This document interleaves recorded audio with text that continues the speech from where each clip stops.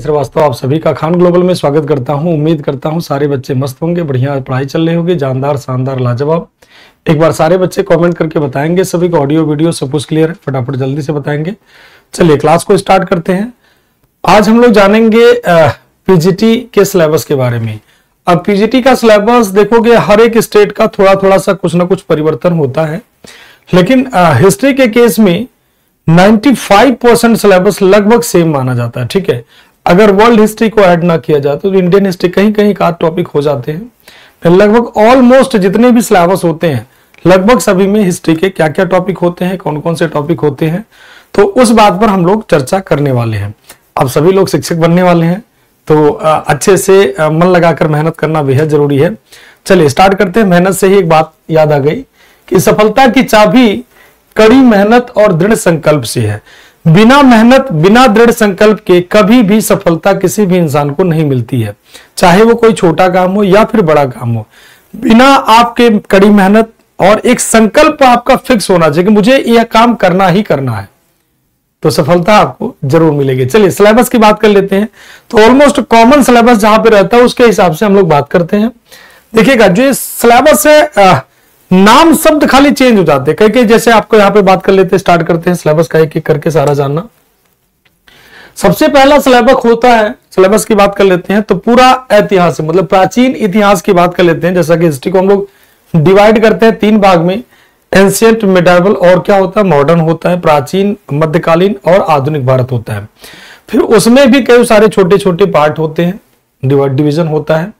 एक डिवीजन होता है आपका प्री हिस्टोरिक, प्रोटो हिस्टोरिक और हिस्टोरिक, मतलब प्राग ऐतिहासिक काल, आदि ऐतिहासिक काल और ऐतिहासिक काल। ये भी डिवीजन आपको देखने को मिलता है। अब यहाँ पर क्योंकि हम डायरेक्ट जो है आयोग की साइड से उठाए हैं सीधे सीधे जो प्रीवियस सिलेबस रहा है। हालांकि एक बात आप लोग बढ़िया से जान लीजिए कि जैसे हर एक स्टेट का सिलेबस आएगा तो उसको हम और अलग अलग से आपको वेरीफाई करना शुरू कर देंगे कि देखो ये स्टेट से है, ये स्टेट से है। पीजीटी के आपके पता है यूपी का एग्जाम डेट भी डिक्लेयर हो गया है, और इधर देखोगे रीट राजस्थान का भी पीजीटी आ चुका है, डीएसएसबी का तो लगातार आता ही आता है। तो लगभग ऑलमोस्ट सभी जगह कॉमन रहते हैं, बस नाम बदल जाता है, बाकी चीजें सेम रहती हैं। तो अगर हम एंशिएंट हिस्ट्री की बात करें, प्राचीन इतिहास की, तो इसमें सबसे पहला शब्द होता है पूरा ऐतिहासिक संस्कृति, यानी पूर्व पाषाण युग, मध्य पाषाण युग, नव पाषाण युग और इनकी प्रमुख प्रमुख विशेषताएं क्या होती हैं। अब यहां पर अगर हम बात कर लेते हैं, किसी दूसरे राज्यों में जाओगे, किसी भी स्टेट में जाओगे तो यहां पर एक शब्द में वो खत्म कर देते हैं कि पाषाण काल और उनकी विशेषता।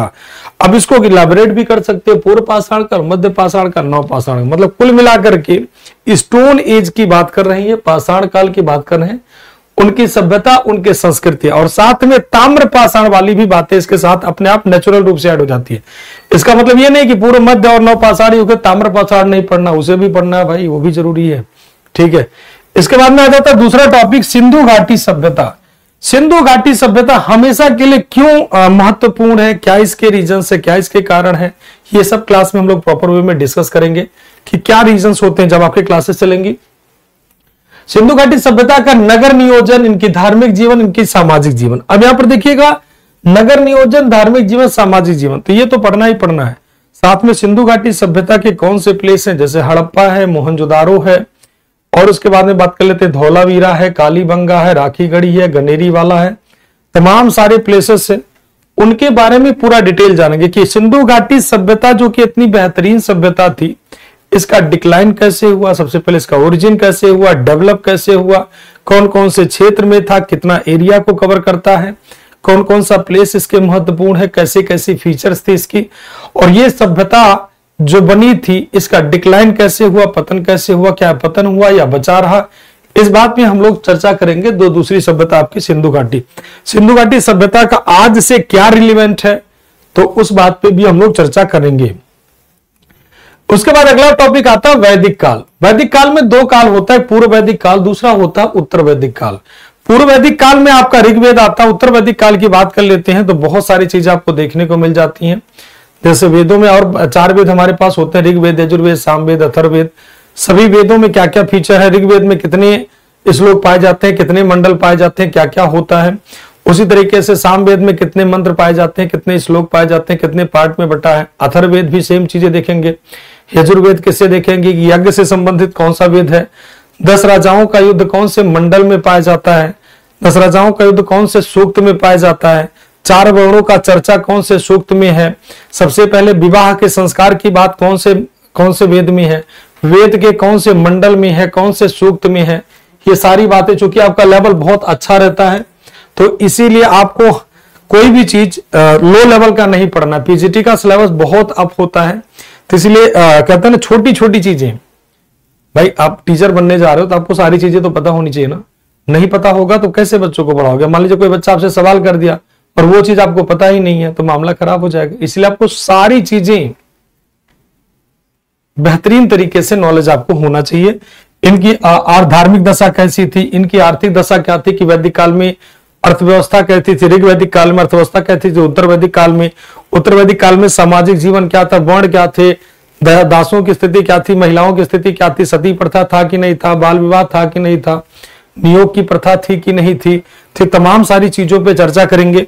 इसके बाद में इनकी राजनीतिक दशा की, उत्तर वैदिक काल में राजनीति का क्या महत्व था, कैसा उनका था ऋग वैदिक काल में, फिर उत्तर वैदिक काल में क्या हुआ, राजा का क्या महत्व था, सभा क्या था, समिति क्या था, विदत क्या था, गण क्या था, इन सब के बारे में A to Z पूरा फुल इलाबरेट करके चर्चा करेंगे।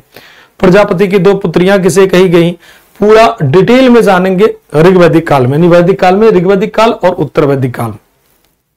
इनके आगे की बात कर लेते हैं। तो इसी काल में धार्मिक आंदोलन की बात चल रही है, तो अगला टॉपिक आपका बनता है धार्मिक आंदोलन, जिसमें जैन धर्म, बौद्ध धर्म, ठीक, भागवत धर्म होता है, शैव धर्म, हिंदू धर्म के पुनर्गठन में आदिगुरु शंकराचार्य जी का क्या वैल्यू है, शंकराचार्य जी ने कैसे कैसे क्या किया था। ब्रह्म सत्यम जगत मिथ्या, किसका स्टेटमेंट है कि ब्रह्म ही सत्य है, पूरा जगत क्या है, मिथ्या है।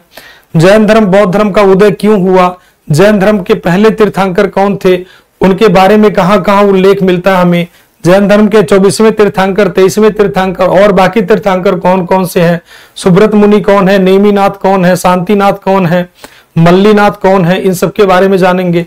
पार्श्वनाथ कौन है, महावीरा स्वामी कौन है, महावीरा स्वामी का नाम महावीर स्वामी क्यों पड़ा, क्या इनका पहले नाम था, महावीर स्वामी का कहां पर जन्म हुआ था, उनके पहले गुरु कौन थे, उनकी पहली शिष्या कौन थी, कि ये सारी बातें हम लोग जैन धर्म के उदय का कारण, रीजन क्या था, जैन धर्म में दिगंबर श्वेतांबर क्या होते हैं, कौन कौन सी चीजें होती हैं, कब वो बंटवारा हुआ दोनों संप्रदाय में, कौन सा धर्म जैन दिगंबर श्वेतांबर में कौन महिलाओं को प्रमोट करता है, कौन महिलाओं को प्रमोट नहीं करता है, इन सारी बातों में जानेंगे। फिर हम लोग पढ़ेंगे बुद्धिज्म, गौतम बुद्ध जिन्हें लाइट ऑफ एशिया के नाम से भी जाना जाता है।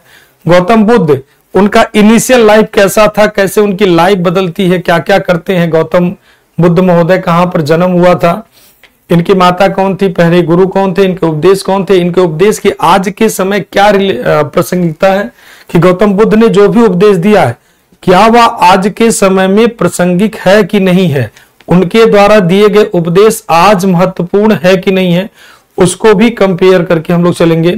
गौतम बुद्ध जी के द्वारा दिए गए उपदेश किन किन देशों में आज भी प्रचलित है, कौन कौन से देशों में चलता है, यानी बौद्ध धर्म के फॉलो करने वाले कौन कौन से कंट्रीज हैं, हीनयान क्या है, महायान क्या है, काल चक्रयान क्या है, ये सारी बातें देखेंगे। काल चक्रयान क्या है आपका, उसके बाद में वज्रयान क्या है, इन सब के बारे में जानेंगे। अवलाकितेश्वर कौन है, ये सारी बातें में। हीनयान महायान में डिवीजन देखेंगे, चारों बुद्धिस्ट काउंसिल देखेंगे, पहला 483 बीसी में, दूसरा 383 बीसी में, तीसरा जो होता है आपका 250, कहीं 51, कहीं 255 माना जाता है, और चौथा आपका 1st सेंचुरी बीसी में जानेंगे। ठीक, आनंद कौन था, उपाली कौन था, इन सब के बारे में सारी बातें करेंगे हम लोग। भागवत धर्म की पूरी डिटेल पढ़ेंगे। शैव धर्म, हिंदू धर्म में शंकराचार्य जी के बारे में पूरा जानेंगे कि कहां पर पैदा हुए थे, क्या क्या इनके अचीवमेंट्स है, क्या इन्होंने अपना प्लान दिया था। फिर आ जाते हैं इस वंश में सबसे ज्यादा जो अगला महत्वपूर्ण टॉपिक आ जाता है वो था मौर्य साम्राज्य। अब मौर्य साम्राज्य में देखेंगे राजनीतिक इतिहास इनका क्या था, मौर्यों का, मौर्य लोगों का राजनीतिक हिस्टोरिकल बैकग्राउंड इनका क्या था, राजनीतिक इतिहास इनका क्या होगा। अशोक का पूरा मूल्यांकन जानेंगे। राजनीतिक इतिहास में मतलब हो जाएगा चंद्रगुप्त मौर्य वगैरह के बारे में जानेंगे। चंद्रगुप्त मौर्य, बिंदुसार, चाणक्य, कैसे चाणक्य चंद्रगुप्त मौर्य को गद्दी पर बिठाता है, इसे कौन कौन सा सिनेरियो क्रिएट करता है कि धनानंद जैसे शासक को पराजित करके चंद्रगुप्त मौर्य मगध की गद्दी पर बैठ जाता है। कि धनानंद को हराना और मगध की गद्दी पर बैठना ये अपने आप में बहुत बड़ी अचीवमेंट है। अशोक का मूल्यांकन, अशोक कैसा शासक था ठीक, कलिंग के युद्ध के पहले की उसकी सिनेरियो क्या थी, कलिंग के युद्ध के बाद की उसकी लाइफ कैसी रही। तो ये दोनों कंपेयर करेंगे कि युद्ध के पहले और युद्ध के बाद, before the battle, after the battle, ये सारा जानेंगे अशोक के बारे में। इस समय के समाज के बारे में जानेंगे, इस समय के संस्कृति के बारे में जानेंगे, कैसा था इनका, ठीक। और अशोक के जितने भी अभिलेख हैं उनके बारे में जानेंगे। मेजर रॉक एडिक्ट्स मतलब बृहद शिलालेख, लघु शिलालेख, बृहद स्तंभ लेख, लघु स्तंभ लेख, उसके बाद में गुहा लेख जैसे खतालिक गुहा, खतालिक हो गया, निग्रोध हो गया, ये सारे गुहा लेख के बारे में जानेंगे। अशोक ने जो गुफाएं बना के आजीविकों को दान दिया उसके बारे में जानेंगे। अशोक का धम्म क्या है, धम्म की क्या डेफिनेशन है, धम्म का पहली बार परिभाषा कहां पर मिलती है, राहुलोवाद सूत्र में मिलती है। धम्म का उल्लेख कौन कौन से स्तंभ में मिलता है, धम्म एक्चुअल में क्या है, उसका आज के समय धम्म क्या रिलेवेंट है उसका या नहीं है, धम्म का महत्व क्या है, पूरा कंपेयर करके बात करेंगे। देना जाता है आपका गुप्त वंश। गुप्त वंश का राजनीतिक इतिहास कैसा है, कला क्या है, धर्म क्या है, दर्शन क्या है, समाज है। गुप्त काल के राजनीतिक इतिहास, राजनीतिक इतिहास का मतलब हो गए सारे के सारे श्रीगुप्त से उठाएंगे, श्रीगुप्त, घटोत्कच, चंद्रगुप्त वन, समुद्रगुप्त, रामगुप्ता, चंद्रगुप्त टू, कुमार गुप्ता, स्कंद गुप्ता, इस सब के बारे में जानेंगे। विक्रमादित्य के बारे में जानेंगे और महाकवि कालिदास की प्यारी सी स्टोरी सुनाएंगे। ठीक, ध्रुव स्वामिनी कौन थे उनके बारे में भी जानेंगे। कालिदास की पत्नी जो थी विद्योत्तमा, उनके बारे में पूरा डिटेल में इलाबोरेट करेंगे। समुद्रगुप्त को भारत का नेपोलियन क्यों कहा जाता है, इसके पीछे क्या रीजन है, क्यों नेपोलियन का उपमा दिया गया समुद्रगुप्त को, ऐसा क्या अचीवमेंट करता है समुद्रगुप्त। ग्रहणा, मोक्षा, अनुग्रह क्या है, आत्मनिवेदना, कन्योपायना, गरुड़ संबंध का क्या है, ये सारे समुद्रगुप्त को भी, जैसे विंसेंट आर्थर स्मिथ ने उसे भारत का नेपोलियन का क्यों कहा था भाई, सिंपल सा लॉजिक है। ये सारे अचीवमेंट्स देखेंगे हम लोग गुप्त वंश में। इसके बाद आता है गुप्तोत्तर काल में आर्थिक एवं सामाजिक परिवर्तन। तो गुप्तोत्तर काल की आर्थिक और सामाजिक परिवर्तन, गुप्तोत्तर काल में आपकी कई सारी चीज आती है, जैसे वर्धन वंश आ जाता है आपका। वर्धन वंश के बारे में जानेंगे कि वर्धन वंश क्या था क्या नहीं था। ठीक, वर्धन वंश के बारे में पूरी सारी चीजें जानेंगे, वर्धन डायनेस्टी और सारी चीजें जानेंगे। हर्षवर्धन कौन था। इसके बाद चोल वंश की राजनीतिक इतिहास, चोल प्रशासन, सबसे ज्यादा आपको पता है चोल प्रशासन से सवाल आपके एग्जाम में जरूर 100% रहता है। ये पीजीटी का एक चीज तो कॉमन हमेशा रहता है, मौर्य डायनेस्टी, चोल वंश, सबसे कॉमन लगभग सवाल रहता है। इनके एडमिनिस्ट्रेशन से सवाल रहता ही रहता है, और अगर चोल प्रशासन आप नहीं समझ पाए तो मामला खराब हो जाएगा। जैसे चोल प्रशासन में सबसे बड़ा जो योगदान होता है राजराजा फर्स्ट और राजेंद्र चोल का, इन सब में अगर और बात कर ले तो राजेंद्र चोल ने चोल एडमिनिस्ट्रेशन को बेहतरीन, जानदार, शानदार किया था, क्योंकि उस समय चोलों का साम्राज्य ऐसे कह लीजिए पूरा का पूरा भारत में तो फैला ही था। भारत के बाहर भी राजेंद्र चोल ने उसको पताका फहरा दिया था, कहां कहां पर फहराया था, क्या क्या किया था, इन सब के बारे में डिटेल जानेंगे। चोल वंश के बारे में विद्यालय उसको स्टार्टिंग करा देता है, उसके बाद क्या क्या होता है सारी चीजें देखने को मिलती है। उत्तर भारत का राजनीतिक सामाजिक स्थिति 800 से लेकर के 1200, 800 से 1200 लेकर के इसमें कौन कौन सा वंश आ जाता है आपका, राजपूत काल हो जाता है इसी के तहत, राजपूत काल वगैरह ये सारी चीजें एक्सेट्रा आदि कर दो। राजपूत काल हो गया, पाल वंश हो गया, पाल वंश हो गया, सेन वंश हो गया, पाल वंश हो गया, सेन वंश हो गया, सेन वंश हो गया, कारकोट वंश हो गया, कारकोट वंश हो गया। ये तमाम सारे वंशों के बारे में पूरा डिटेल जाने। लोहार वंश हो गया। मतलब 800 से 1200 की सामाजिक जो राजनीतिक स्थिति थी उत्तर भारत की, वो कैसी थी, किस कंडीशन में थी। रीजनल डायनेस्टिया जिसे हम लोग डार्क एज कहते हैं, इसे भारत में कहते हैं कौन सा, अंधकार युग का नाम दिया जाता है। भारत की दृष्टि से डार्क एज कहलाता है, ये जो ड्यूरेशन होता है ना, इसे भारतीय इतिहास में अंधकार युग के नाम से जाना जाता है, क्योंकि इस समय व्यापार वाणिज्य का पूरी तरीके से डिक्लाइन हो चुका था, व्यापार हो नहीं रहा था, तमाम सारी चीजें लोगों के जो डेवलपमेंट होना चाहिए वो सब खत्म हो चुका था। यहाँ पर राजपूतों के बारे में चौहान जैसे 4 वंश से मेन माने जाते हैं। ठीक, गुर्जर, प्रतिहार, परमार, चौहान और चालुक्य माना जाता है 4 राजपूत पहले थे, और बाकी राजपूतों की उत्पत्ति इन्हीं 4 राजपूतों से मानी जाती है। तो कैसे कैसे होता वो सारा बातें यहां पर देखेंगे। अब यहां पर 2-3 चीजें आपने देखा होगा लैक है, क्या संगम वंश के बारे में बात नहीं है, तो इसका मतलब क्या संगम वंश नहीं है, बिल्कुल है। महाजनपद काल नहीं है, तो बिल्कुल है, महाजनपद काल भी है। तो परेशान नहीं होना कि संगम काल महाजनपद काल सर ने नहीं लिखा, ये हमने एक जो है यूपी का सिलेबस उठा लिया, उसी के हिसाब से एलाबोरेट कर रहे हैं कि ताकि आपको पता चल जाए कि लगभग सभी में कॉमन होते हैं।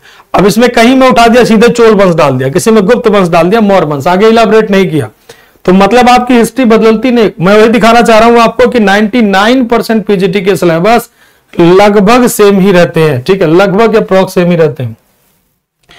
तुर्क आक्रमण में अगर हम बात कर लेते हैं, महमूद गजनवी हो गया, मोहम्मद गोरी हो गया। तुर्क आक्रमण महमूद गजनवी, मोहम्मद गोरी। अब इसका मतलब क्या, यहां पर हम लोग बात कासिम का नहीं करेंगे, तो यस कासिम के बारे में भी जानेंगे।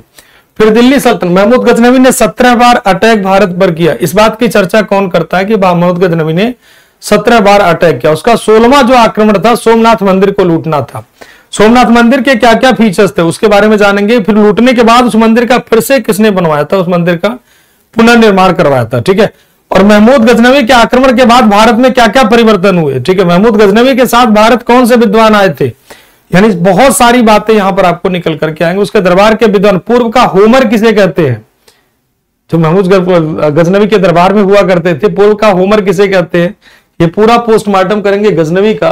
फिर मोहम्मद गोरी, कैसे सारे क्षेत्र में जब फेल रहा मोहम्मद गोरी, भारत में सक्सेसफुल हुआ, जबकि पृथ्वीराज चौहान जैसे शूरवीर योद्धा भारत में थे, फिर भी मोहम्मद गोरी भारत में जीत गया। कैसे जीता उसमें बात करेंगे। तराइन का पहला युद्ध, तराइन का दूसरा युद्ध। फिर दिल्ली सल्तनत की स्थापना, कुतुबुद्दीन ऐबक और उसकी उपलब्धियों का मूल्यांकन। भाई कुतुबुद्दीन ऐबक ने क्या क्या अचीवमेंट लाया, जैसे कई सारे काम करता है, चाहे बिल्डिंग बनाने की बात हो, चाहे युद्ध की बात हो, चाहे क्षेत्र विस्तार की बात हो, सब में ऐबक का थोड़ा सा लंबा शासन नहीं रहा। अरे 1206 से लेके 1210 तक का ड्यूरेशन रहा, ज्यादा लंबा शासन नहीं रहा, लेकिन फिर भी उसके अचीवमेंट्स को आप भुला नहीं सकते हो। भाई कुतुब मीनार स्टार्ट करा देता है, कुबतुल इस्लाम मस्जिद बनवा देता है, अढ़ाई दिन का झोपड़ा बनवा देता है, और बाकी चीजें दुनिया भर के अचीवमेंट्स है ऐबक के। इल्तुतमिश का सल्तनत शासकों में स्थान, क्या स्थान है इल्तुतमिश का। इल्तुतमिश कैसे बुद्धिमानी से चंगेज खान के आक्रमण से अपने आप को बचा लेता है, कैसे इसने ग्वालियर अभियान किया, कैसे अन्य क्षेत्रों को जीतता है इल्तुतमिश। इसने चालीसा दल कैसे बनाया था, जिसे तुर्कान चेहलगानी कहते हैं, चालीसा दल को ऑर्गेनाइज कैसे करता है, ये तमाम सारी बातें हम लोग इल्तुतमिश के बारे में जानेंगे। एकता व्यवस्था क्या होता है, तमाम सारी चीजें जो इसके बारे में आएंगे निकल के वो भी देखेंगे। ध्यान जाते हैं इल्तुतमिश के बाद एक छोटा सा शासक बैठता है, इसका बेटा रुकनुद्दीन फिरोज। फिर आती है कौन, रजिया सुल्ताना। रजिया, बार बार मैं कहता हूं महिलाओं में रजिया, अगर खुद मिनहाजुल सिराज कहते हैं कि रजिया के अंदर शासकों के सारे क्वालिटी थे, लेकिन रजिया की एकमात्र वीकनेस थी कि रजिया एक महिला थी। अगर रजिया महिला नहीं होती तो शायद बेहतरीन जानदार शानदार शासकों में काउंट होती। तो ये पूरा का पूरा रजिया के बारे में जानेंगे, इल्तुतमिश के बारे में जानेंगे। अब कोई सारे स्टेट में सीधे बलबन खाली रहता है, खिलजी रहता है, तो मतलब इनके बारे में पूरा जानना है। अब बलबन की प्रारंभिक कठिनाइयां, बलबन का राजस्व सिद्धांत, ठीक है, बलबन का राजत्व सिद्धांत कैसा था, बलबन का राजत्व सिद्धांत कैसा था, कैसा था राजत्व सिद्धांत। बलबन कहता था ना, जिल ए इलाही नियाबत खुदाई, ईश्वर का छाया ईश्वर का प्रतिनिधि, ठीक है, खुदा की छाया खुदा का प्रतिनिधि।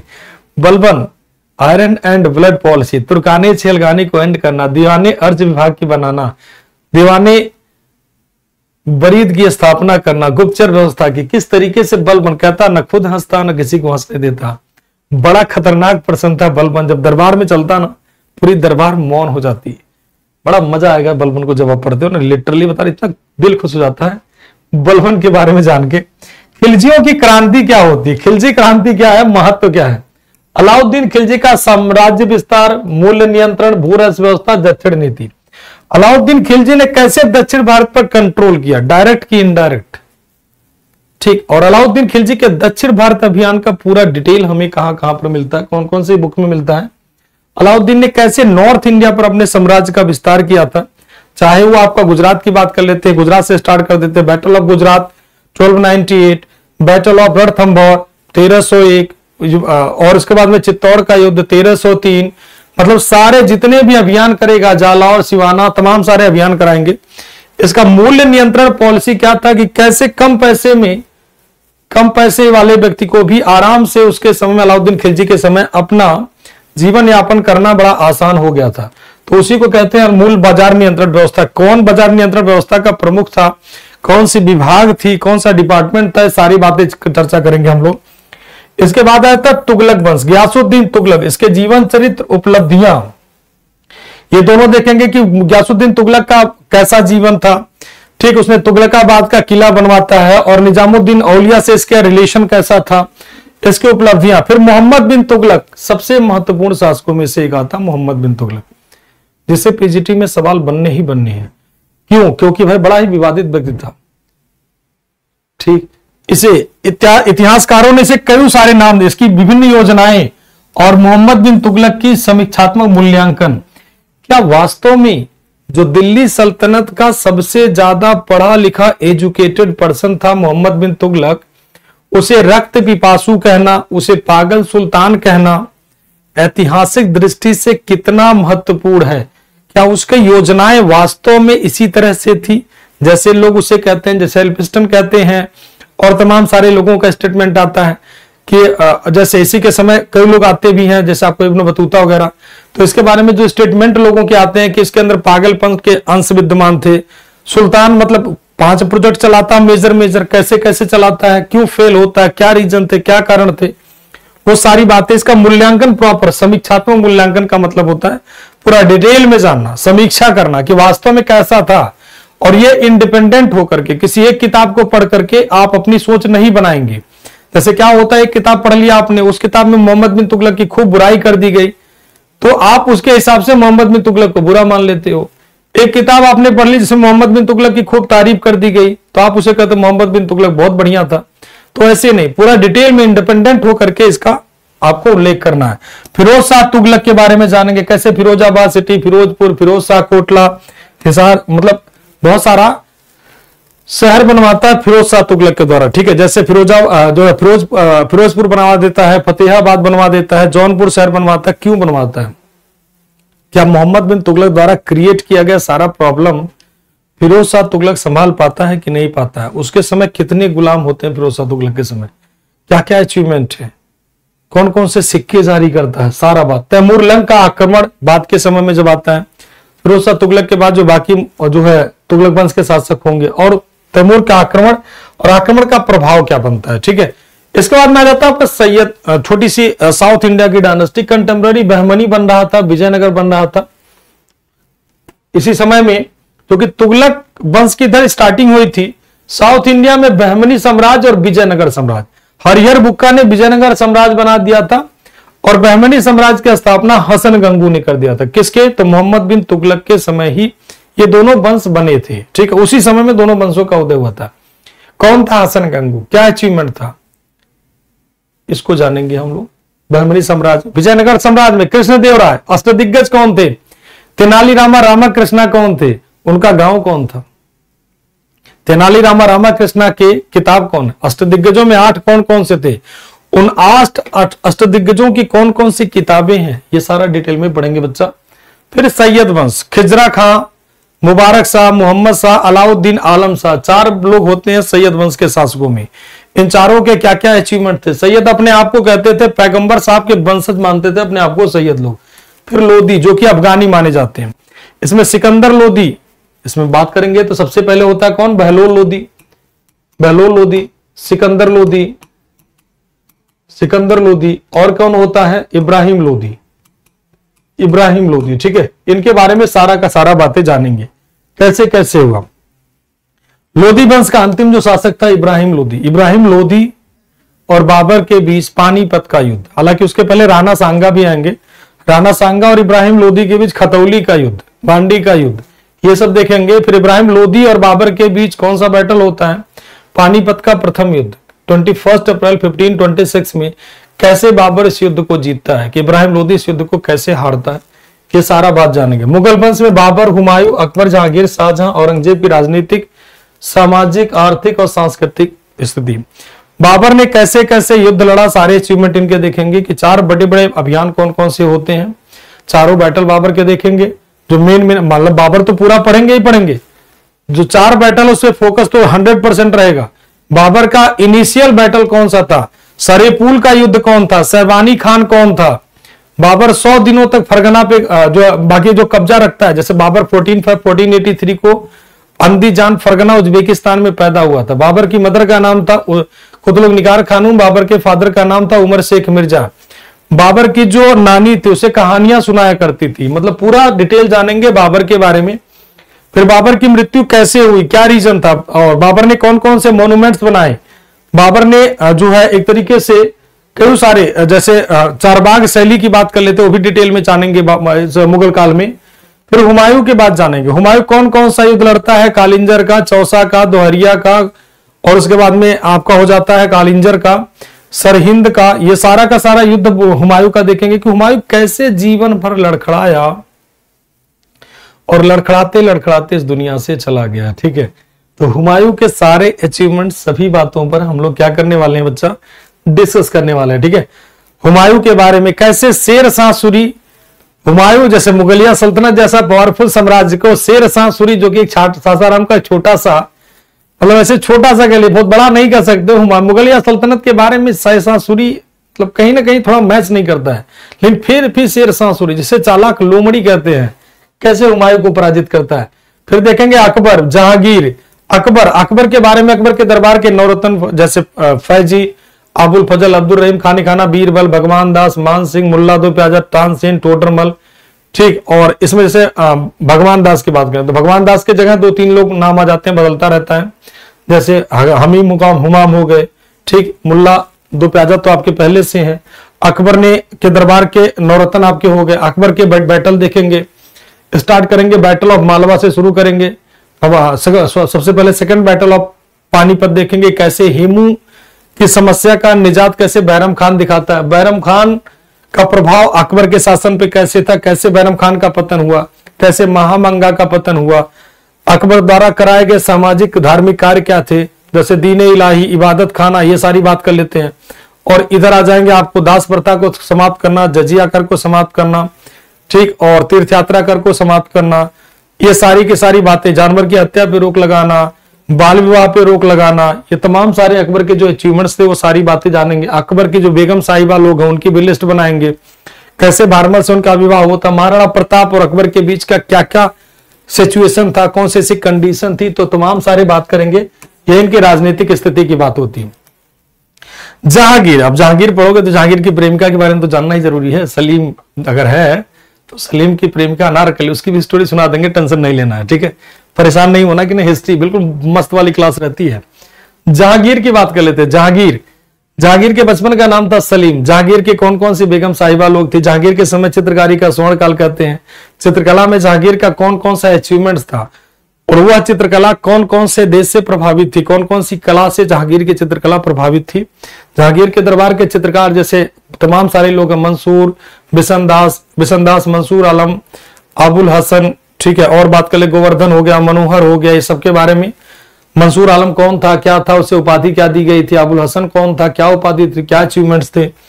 देन हम लोग पढ़ेंगे शाहजहां के बारे में। शाहजहां ने ताजमहल बनवाया था, ताजमहल किस शैली में बना था, ताजमहल के अचीवमेंट्स क्या थे, तमाम सारी बातें हम लोग जानेंगे शाहजहां के बारे में। और शाहजहानाबाद शहर क्या था, ताजमहल का पूरा पोस्टमार्टम करेंगे। देन औरंगजेब, कैसे औरंगजेब को इतिहासकार एक कट्टर शासक डिक्लेयर करते हैं, क्या औरंगजेब वास्तव में कट्टर था कि उसकी मजबूरी थी, ये सारी बातें बात करेंगे हम लोग। ठीक, इनकी राजनीतिक स्थिति मुगलों की कैसी थी, सामाजिक स्थिति कैसी थी, आर्थिक और सांस्कृतिक दशा कैसा था। फिर मुगल साम्राज्य का पतन कैसे हो गया, मुगल साम्राज्य जो इतना बड़ा एम्पायर था, टेरिटरी था, उसका पतन कैसे हो गया। और मराठों के उदय की बात करें। मराठा उदय में छत्रपति शिवाजी के जीवन चरित्र और उनकी उपलब्धियों की बात होती है कि छत्रपति शिवाजी महाराज का क्या बायोग्राफी था और उनके अचीवमेंट्स क्या थे छत्रपति शिवाजी महाराज के, इन सब पे हम लोग डिटेल में बात करने वाले हैं। देन आपका शुरू हो जाता है आधुनिक भारत। आधुनिक भारत की स्टार्टिंग हो जाती है, इसमें ईस्ट इंडिया कंपनी का अराइवल की बात होती है। भारत में ईस्ट इंडिया कंपनी कैसे आती है, क्या होती है। अब ईस्ट इंडिया कंपनी का अराइवल की बात कर लेते हैं, तो क्या मतलब इसका, हम लोग पुर्तगाली नहीं पढ़ेंगे तो बिल्कुल पढ़ेंगे, पोर्चुगीज भी पढ़ेंगे। ये मैंने आपको पहले ही बता दिया है कि हमने जो उठाया है ये आपके यूपी पीजीटी का सिलेबस है, सेम ही, ठीक है।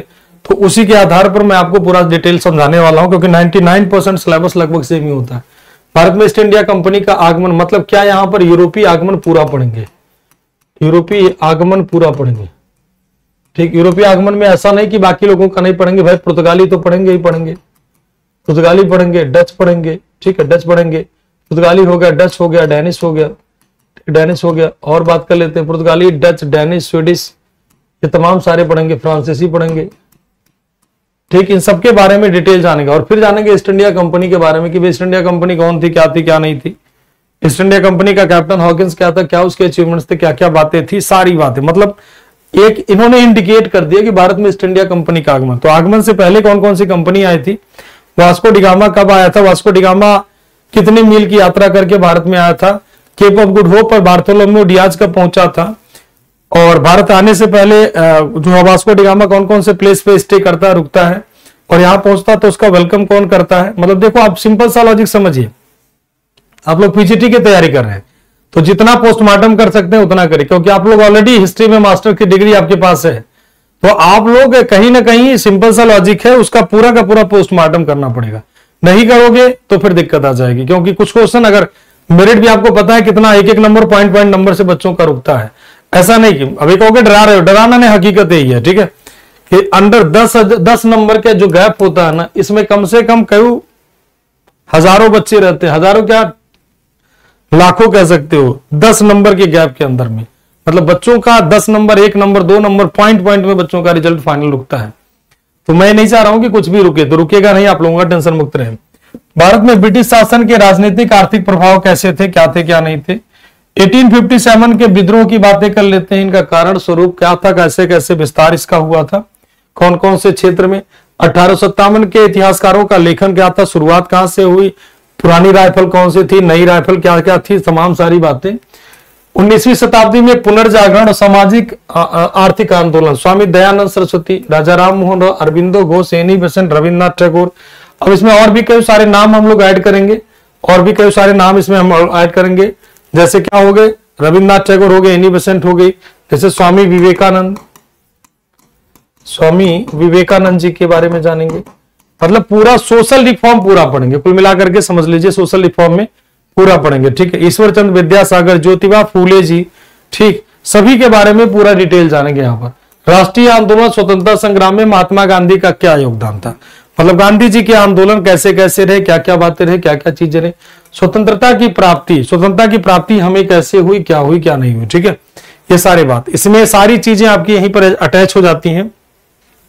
स्वतंत्रता की प्राप्ति, यहां पे सारी चीजें आपके अटैच हो जाएंगी, चाहे पार्टीशन ऑफ बंगाल हो जाए, चाहे ऑल इंडिया मुस्लिम लीग हो जाए, चाहे आपका होम रूल लीग हो, क्रांतिकारी आंदोलन हो, ये सारी चीजें इसमें अटैच करेंगे हम लोग। गवर्नर जनरल हो, वायसराय हो, मतलब जो आपका एक कंप्लीट सिलेबस होता है वो पूरा सिलेबस हम लोग इसमें डिस्कस करने वाले हैं।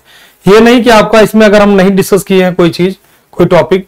अब देखो ये तो हमारी हो गई, अब देखो यहां पर देश का विभाजन यहां तक तो सब जगह रहता है, ये वाला टॉपिक किसी किसी स्टेट में कैप्चर नहीं करता है कि सन 2000 के बाद, मतलब उसके बाद भारत सन 2000 तक, ये यूपी पीजीटी में कैप रहता है, बाकी में नहीं रहता है। इसके बाद अगर हम और बात कर लेते हैं आप लोगों से कि जो जो स्टेट का स्पेशल आएगा, ये तो हमने ट्राइबल मूवमेंट वगैरह सब इसी में ऐड हो जाएगा, ट्राइबल मूवमेंट, ठीक है, और तमाम सारे जितने भी, ये तो हमने आपको फिर से रिवाइज कर दे रहा हूं। यूपी पीजीटी वाले सिलेबस को हमने उठाया है और उसी से आपको इलाबोरेट करके समझा रहे हैं। तो अब इसका मतलब ये नहीं कि अगर आपके स्टेट में कुछ बदलाव, जैसे कहीं कि वर्ल्ड हिस्ट्री होती है तो वर्ल्ड हिस्ट्री भी हम लोग ले लेंगे कहीं कहीं। अब इसके बाद जो अगला आपका वीडियोस आएंगे तो जिस जिस स्टेट के सिलेबस आ जाएंगे उस स्टेट के बारे में हम लोग सेपरेट चर्चा करेंगे। ये तो हमने कॉमन बना दिया कि हिस्ट्री में ऑलमोस्ट लगभग 99% चीजें क्या होती हैं, सेम होती हैं, कॉमन होती हैं, वही मैंने आपको उठा दिया। मतलब हिस्ट्री में अगर हम बात कर लेते हैं 99% जो सिलेबस होता है, 99 क्या 95% सिलेबस, ठीक, ये इंडियन हिस्ट्री का कॉमन होता है, इंडियन हिस्ट्री का कॉमन होता है। 95 की जगह 99 कर सकते हो आप चाहो तो। अब जैसे 95% हमने क्यों कहा, कहीं कहीं स्टोन एज होता है, कहीं कहीं स्टोन एज नहीं होता है, ठीक है, कहीं कहीं स्टोन एज होता है, कहीं कहीं स्टोन एज नहीं होता। तो 95% सिलेबस लगभग सब जगह क्या होता है, कॉमन होता है, ठीक है। तो ये बात आप मान के चलिए, लगभग मान के चलिए।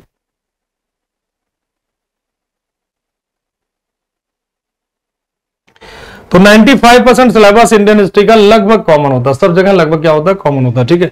अब कहीं कहीं में वर्ल्ड हिस्ट्री होता है, ध्यान समझिए, कहीं कहीं में वर्ल्ड हिस्ट्री होता है। अब वर्ल्ड हिस्ट्री की अगर हम बात कर लेते हैं, कहीं कहीं वर्ल्ड हिस्ट्री होता है, वर्ल्ड हिस्ट्री में कई सारी चीजें आपका विश्व इतिहास से लिख देते हैं हम, विश्व इतिहास में कई सारी चीजें होती है। जैसे देखोगे कई सारी जगह में क्या होता है, कई सारी जगह में जैसे वियतनाम की क्रांति से सवाल पूछ लेता, कहीं कहीं जापान से सवाल पूछ लेता, मेजी वंश से, कहीं कहीं डॉक्टर सन यात सेन से सवाल पूछ, मतलब कहीं चाइना की क्रांति से पूछ लिया, कहीं आपका जो है फ्रांस की क्रांति है, तो बाकी सब तो कॉमन ही है। French revolution, American revolution, America की क्रांति, फ्रांस की क्रांति, रूस की क्रांति, ठीक है, और बात कर लेते हैं पुनर्जागरण, तो लगभग सभी जगह रहता ही रहता है। तो अगर वर्ल्ड हिस्ट्री है तो वर्ल्ड हिस्ट्री की कहीं भी देखोगे तो उठा के पुनर्जागरण से शुरुआत होती है। तो हर एक स्टेट में वर्ल्ड हिस्ट्री नहीं होता है। जैसे अभी यूपी पीजीटी की बात कर ले तो वहां पर वर्ल्ड हिस्ट्री नहीं है। ठीक, राजस्थान में भी अभी सिलेबस अभी नया वाला आने वाला है, जल्दी आ जाएगा, तो उसका आपको बता दिया जाएगा। मतलब जिस चीज का सिलेबस कुल मिला के इंडियन हिस्ट्री का 95% सिलेबस कॉमन होता है। आप कहोगे कॉमन का मतलब जैसे किसी किसी राज्य में स्टोन एज हटा दिया जाता है, ठीक, वहां पर नहीं होता, सीधा सिंधु घाटी सभ्यता से वो अपना सिलेबस स्टार्ट करते हैं। जैसे कहीं कहीं, जैसे अभी यूपी का देख लीजिए, ये कहां पर क्या किया इन्होंने, सन 2000 तक का इन्होंने कवर किया, कहीं कहीं नहीं करते हैं, देश का विभाजन तक कवर कर लेते हैं। देश का विभाजन का मतलब वही 1947 का कर दिए, हैदराबाद, जूनागढ़, जम्मू कश्मीर का विलय करा दिया जाता है और हिस्ट्री वहीं पर क्या कर दी जाती है, द एंड कर दिया जाता है। ठीक है, यहां पर हो जाता है। तो हिस्ट्री का सिलेबस जैसे जैसे स्टेट का, हर एक स्टेट का पीजीटी का आएगा उसका अलग अलग ही बताया जाएगा। और जल्द ही हिस्ट्री के आपके पीजीटी के लिए बैच भी आएंगे, तो आप लोग भी रेडी रहिएगा पूरी तरीके से। इंडियन हिस्ट्री में स्टोन एज से शुरू करेंगे, कोई भी टॉपिक आपका स्किप नहीं किया जाएगा, ध्यान रखिएगा, चाहे इसमें चर्चा हुआ हो चाहे ना चर्चा हुआ हो। ठीक है, ध्यान रखिएगा, कोई भी टॉपिक हिस्ट्री का आपका स्किप नहीं होगा, चाहे वो टॉपिक छोटा हो या टॉपिक बड़ा हो। क्यों? क्योंकि आपको पीजीटी की तैयारी करते हैं और पीजीटी की तैयारी करने वाला बच्चा ऑलरेडी मास्टर होता है, उसे ज्यादा समझाने की जरूरत है नहीं, वो फिर भी बहुत स्मार्ट होता है। फिर भी आपके मन में अगर कोई डाउट लग रहा हो कोई सी भी तरह का, एक बार फिर से मैं आपको रिवाइज कर दे रहा हूं, हर एक स्टेट का सिलेबस का वीडियो आपका अलग अलग बनाएंगे बच्चा, तो आपको परेशान नहीं होना। मेरा कहना, इंडियन हिस्ट्री का कोई भी टॉपिक अगर आपको लगता है कि नहीं भाई जो है ये यहां से भी सवाल आते हैं, तो छोड़ते नहीं है। हिस्ट्री का मतलब हिस्ट्री, हिस्ट्री का मतलब पूरा कंप्लीट। ठीक है, तो इंडियन हिस्ट्री से शुरू की जाएगी, वर्ल्ड हिस्ट्री से जाकर के खत्म की जाएगी क्लास आपकी। मतलब वर्ल्ड हिस्ट्री जहां पर है उसके लिए बनेगा स्पेशल। अगर स्पेशल किसी स्टेट के लिए शुरू हो रहा है, जैसे मान लीजिए कि यूपी पीजीटी आ गया और वहां वर्ल्ड हिस्ट्री सवाल नहीं है, तो वहां पर वर्ल्ड हिस्ट्री पढ़ाने का कोई मतलब नहीं है। जहां पर वर्ल्ड हिस्ट्री होगा वहां पर वर्ल्ड हिस्ट्री भी पढ़ाई जाएगी। तो जल्दी ही आपकी क्लासेस स्टार्ट हो जाएंगी, तो ये गुड न्यूज आप लोगों के लिए। और तो आप लोग फटाफट जुड़े रहिए सारे बच्चे, ठीक, यूजीसी नेट केजीएस पे। तो सारे बच्चे चैनल को सब्सक्राइब जरूर करिएगा, उस चैनल पे सारे आपके क्लासेस लगभग रन होंगे, सब कुछ चलेंगे। तो और भी कोई डाउट आपके मन में हो या कोई और वीडियो बनाना चाहते हैं आप लोग, लगता है कि सर आपको हिस्ट्री के लिए इससे बना दीजिए, स्पेशल वीडियोस तो आपके आएंगे, जल्दी जल्दी स्पेशल वीडियोस भी आपके आएंगे, छोटे छोटे जो स्पेशल टॉपिक को कवर किया जाएगा। इसके बाद भी अगर आपको लगता है कि सर इससे संबंधित हमें कुछ बातें बता दीजिए और इसका एक वीडियो ले आइए, तो मैं जरूर ले आऊंगा। कमेंट करके एक बात जरूर बताना कि वीडियो कैसी रही, लाइक शेयर सब्सक्राइब जरूर करें चैनल को। तो आज के सेशन को हम लोग यहीं पे रखते हैं। थैंक यू टू ऑल, जय हिंद, जय भारत।